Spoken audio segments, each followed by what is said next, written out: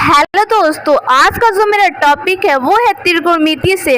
जो मैथ का जो त्रिकोणमिति है बिहार बोर्ड की तरफ से बहुत उसको इम्पोर्टेंट माना जाता है, क्योंकि हर एक बार ये मैथ का जो त्रिकोणमिति है इससे ऑब्जेक्टिव सब्जेक्टिव 2 नंबर में 5 नंबर में तो फिक्स है आना।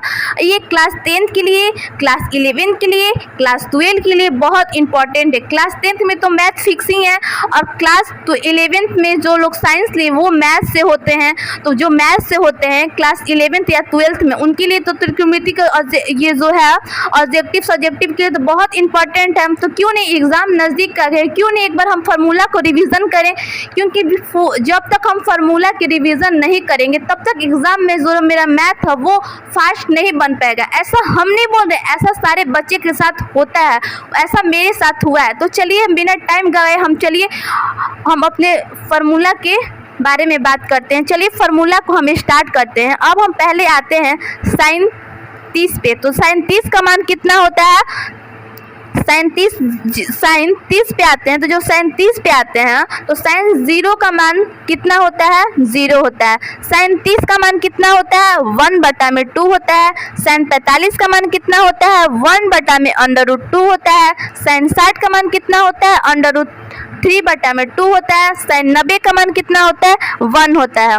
अब हम आते हैं साइन के बाद क्या आता है, कॉस आता है। तो चलिए हम कॉस पे आते हैं। जो मेरा कॉस है कि कॉस 0 का मान कितना होता है, तो 1 होता है। अब आते हैं कॉस 30 पे आते हैं। तो कॉस 30 का मान होता है √3/2 होता है। कॉस 45 का मान कितना होता है, 1/√2 होता है। कॉस 60 का मान कितना होता है, 1 होता है। और कॉस 90 का मान कितना होता है, 1 होता है। अब कॉस के बाद क्या आता है, tan आता है। इतना तो आप लोगों को पता ही है कि कॉस के बाद क्या आता है, tan आता है। अब तक नहीं पता है तो रिवीजन कीजिए, बिना ऑब्जेक्टिव सब्जेक्टिव इसी से आना ही है। चलिए tan 0 का मान कितना होता है, 0 होता है। tan 30 का मान कितना होता है, 1/√3 होता है। tan 45 का मान कितना होता है, 1 होता है। tan 60 का मान कितना होता है, √3 होता है। और tan 90 का मान कितना होता है, अपरिभाषी होता है। अब tan के बाद क्या आता है, कॉसेक आता है। अब हम कॉसेक पे चलते हैं।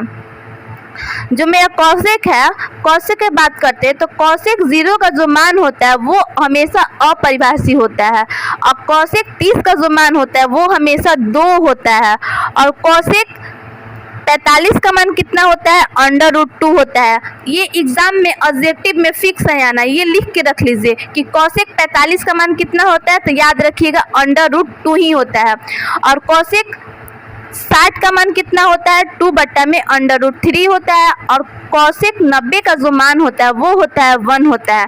अब हम कॉसेक के बाद क्या आता है, सेक आता है। तो सेक की जो बात करते हैं तो सेक 0 बात करेंगे तो सेक 0 का मान कितना होता है, 1 ही होता है। सेक 0 का मान 1 होगा।